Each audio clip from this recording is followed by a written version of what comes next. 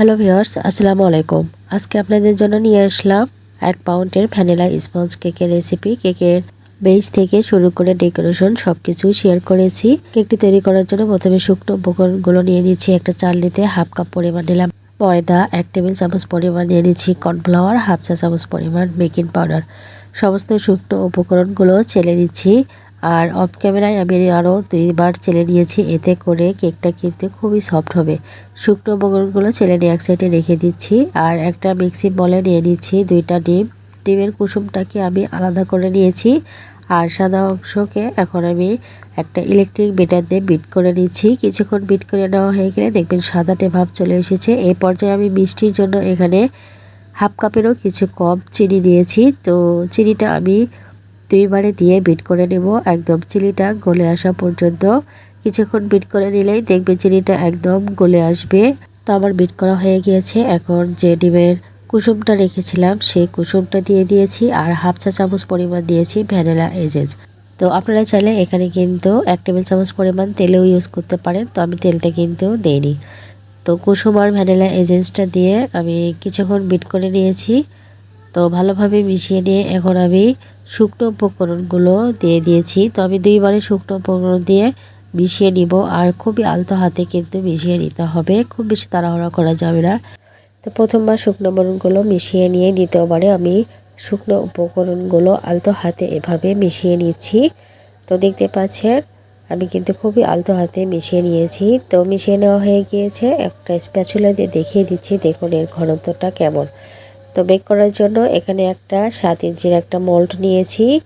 তো আপনারা চাইলে কিন্তু 6 ইঞ্চি মোল্ডেও তৈরি করতে পারবেন।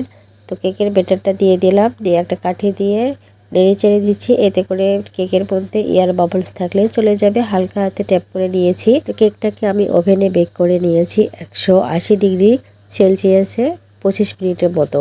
তো কেকটা ঠান্ডা করে নিয়েছি, নিয়ে কেকটাকে আমি আলমন্ড করে নিয়েছি। আর কেকের ওপরে যে অংশ আছে সেগুলো কিন্তু আমি ফেলে দিব।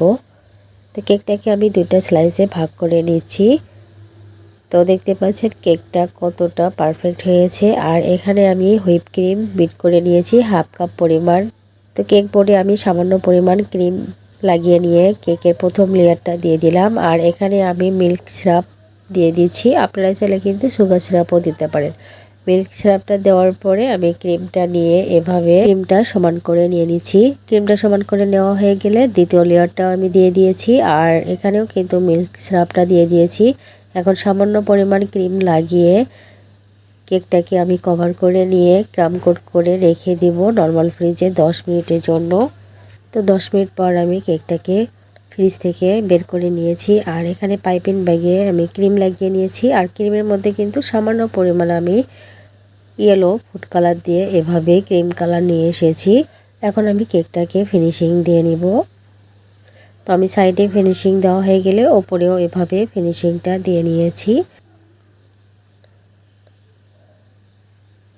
তো কেকটাকে আমি কিন্তু ফিনিশিংটা দিয়ে নিয়েছি। এখন আমি ডিজাইনটা করে নেব। এখানে আমি একটা গোলাপ তৈরি করে নিয়েছি। আর ক্রিমের মধ্যে আমি রোজ কালার দিয়ে নিয়েছি, নিয়ে এভাবে কিন্তু একটা রোজ নজেল দিয়ে এভাবে গোলাপটা তৈরি করে নিচ্ছি। আপনারা কিন্তু আপনার পছন্দ মতো ডিজাইনটা করে নিতে পারেন।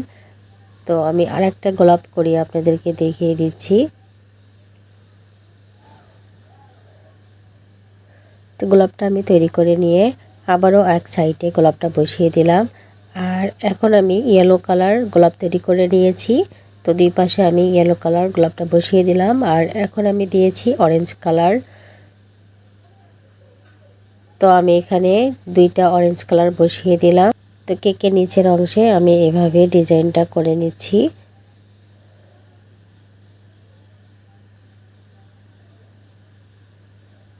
তো আমি এখন গোলাপের মধ্যে একটা করে পাতা বসিয়ে দিচ্ছি। তো কেকটা কিন্তু আমার একদম রেডি। আপনাদের কাছে কেমন লেগেছে অবশ্যই কমেন্ট করে জানিয়ে দিবেন। আর ভিডিওটি ভালো লাগলে লাইক কমেন্ট শেয়ার করবেন। আজকের মতো বিদায় নিচ্ছি। আসসালামু আলাইকুম।